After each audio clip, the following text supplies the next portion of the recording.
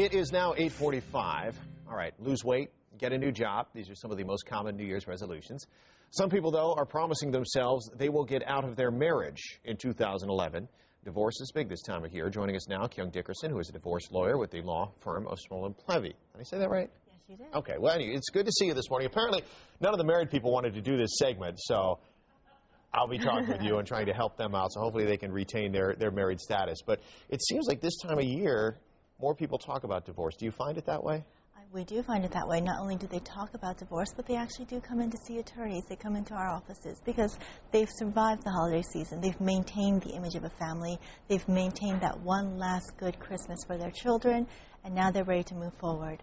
It is something that a lot of people don't like to talk about, but when we see it as a reality, I mean, the estimates are anywhere between 40 and 50% of marriages these days will end in divorce. So people might not want to talk about it, but it is happening out there. You don't want to run from it, and somebody like you can help people, I guess, handle this in an easier way. What are some of the things that people, if they know this is on the horizon, something they want to do or they suspect their spouse is going to do, what are some of the things they should be aware for to prepare for? Education. They should know what their financial health looks like, not only their assets, but their liabilities. This is a great time of year because you're getting all the end of year statements.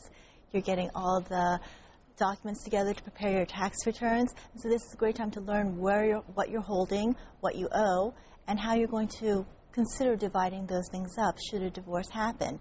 This is also a good time, if you suspect that your spouse is going to move forward with a divorce, to speak with an attorney to learn what not to say, how not to react. And it also depends on whether you yourself want that divorce or this is something where you want to bury your head in the sand or drag it out for as long as possible, because it's not something that you want to have happen. Right. I mean, obviously there are other alternatives, but, case-by-case basis, are there times where you might recommend that somebody think twice about this and perhaps look for a different option? There are times where we might suggest that the timing would not necessarily be appropriate. If you're about to lose your job, if you're about to start a new job, this is probably not a good time to throw yourself into the emotional turmoil. And there are, of course, all the alternatives in terms of mediation or marital counseling, and that's on a case-by-case basis. If you have a long history of physical abuse in your marriage, you're probably not a good candidate to sit at a table and try to mediate your differences. If one person doesn't want the marriage and the other person does, you're probably not a good candidate to go to marital counseling. When it comes to the divorce and the dividing of property, the physical possessions often take the spotlight. There are two categories. There are things of monetary value. There are things of personal value. Any suggestions as to how to prepare to divide these items? Take a realistic look. Step back and take a realistic appreciation that you can buy another trash can. You can buy another lamp. You probably don't want to spend thousands of dollars arguing over the lamp. So what does matter to you? The family photos, the baby pictures, those matter. And you should find an equitable way to divide those, or else you're going to have a judge tell you how to divide those. Yeah. When somebody comes to you for the first time, what do they typically ask about or inquire about, or what do they worry about?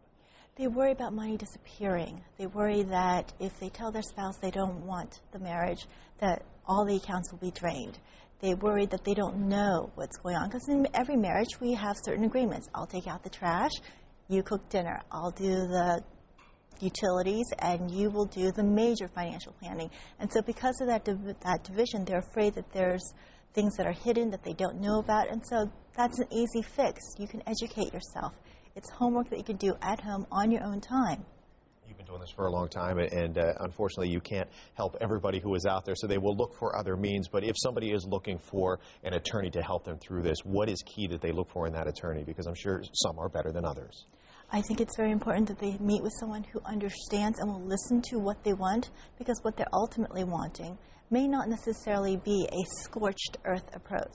What they may ultimately want is to have a relationship where they can go to the child's birthday party together. If that's the case, then the attorney should know that.